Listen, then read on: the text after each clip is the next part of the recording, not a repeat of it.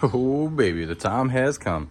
We finally got the LB7 Duramax in the shop to do the engine swap real quick. I've been on this thing probably 6 or 7 months and it's just been sitting, neglected, but not much longer. We got the engine right here ready to go in. The only thing we got left to do is the water pump. First things first is we're gonna rip off this front end real quick so we can have the room to work on this engine and remove it. It'll be way easier. Plus I want to replace this fender anyway. As you can see, it's kind of like all dented up and damaged anyway. So come on, let's get this front end off.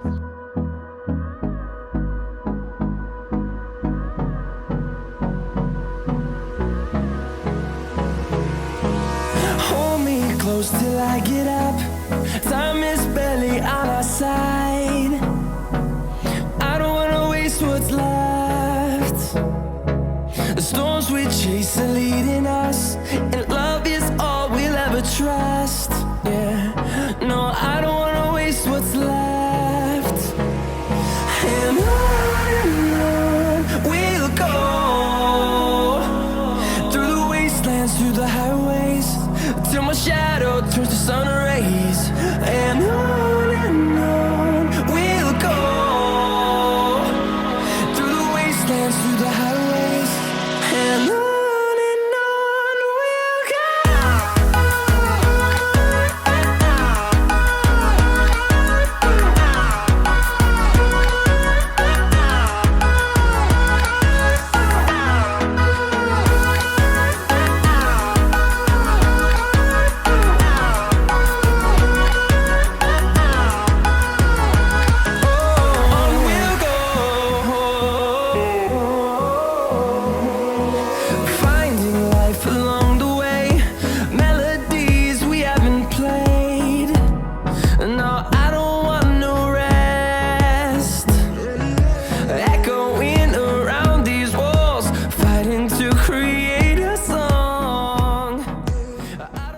All right, so we got the front cap assembled off the LB7 Duramax. So now we gotta start removing some of these computers and this fuse box and get the harness laid over on top of the engine.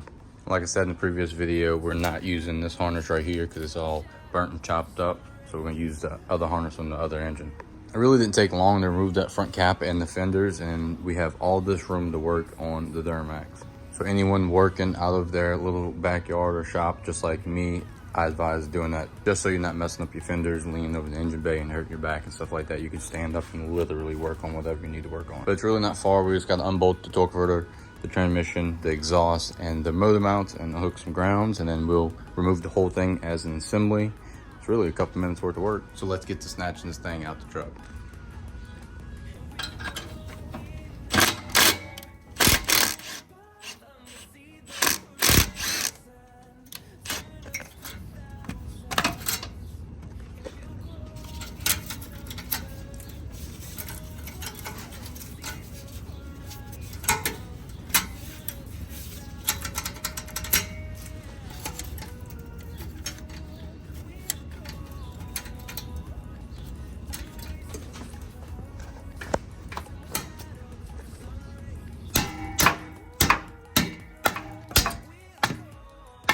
Got you, bitch.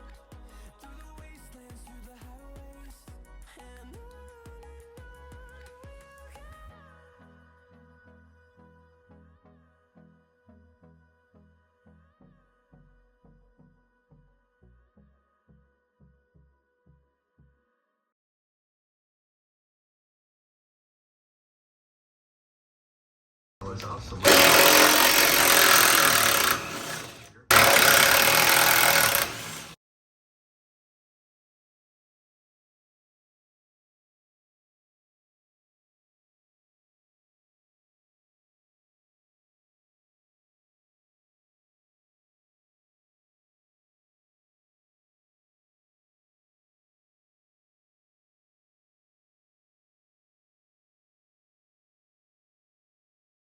Got the downpipe and exhaust unhooked right here, and we had to get the starter out to get torque converter bolts out, which then we had to lift the engine up to get the starter out, so it'll be out of the way to get the torque converter bolts out. Then we unhooked all the grounds, and now we just got to get the bell housing and the wiring harness and transmission and this side motor mount and these wires and a couple grounds, and yeah, we're almost done. But you can see I rigged up a whole bunch of extensions right here to kind of get to these tool converter bolts, because they're not, for one, easy to break loose, for two, easy to work with. There's very little room right there. Especially with like a little hand ratchet, you'll never probably get them, and you'll be busting your knuckles up. So my advice, do this. So I got the main harness unplugged from the top right here. And you got it laid over right here. It's blue wires, as you can see right there. And then this harness goes across the engine bay, goes to like your AC compressor, your alternator, and a couple other sensors over there, like your primer ball right there. And then you got one more right here that runs underneath, I'm guessing, to some more sensors. So you gotta get all that laid over this way, because it's connected to the main harness.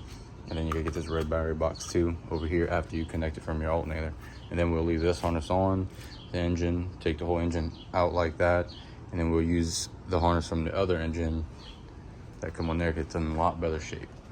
So originally when I said the harness going underneath there, going to a couple other sensors, it was actually going to your starter solenoid on your starter, and it just crosses. And then you had your main wires for your starter, your main hot right here, that's also back there, pulled out and got out the way. So we're not far. We got the motor mounts undone right there. It's not too hard to pull it as long as you leave most of that stuff together without taking any of that stuff apart. It's pretty easy. Basically, it's exhaust, power wires, power steering pump, cooling system, you know, torque converter bolts, transmission bolts, starter, motor mounts, and this harness right here. Slap it over, dude. I mean, it's pretty much ready to come out. As of right now, we got to get the transmission plug and then the bell housing bolts, and then we can pretty much start pulling her. And we're probably going to clean the frame up a little bit and then drop in the new Duramax engine right here. The transmission harness is not connected to this engine harness. It's actually ran down the firewall down there. I don't know if you can see it. And then it connects to the transmission, so it comes straight to the fuse box. I'm guessing on the chassis harness. Yeah. It's got to be connected to the chassis harness. So you don't have to worry about the transmission harness. Pretty much just unhook that. Get your bell housing bolts out, torque converter bolts, and your fuel line's unhooked. And yeah, I mean, she's pretty much easy to come out. Like Duramax engines, you pull the front cap off, it's right there. You got like 5 things to take off, and then it's bam, ready to come out.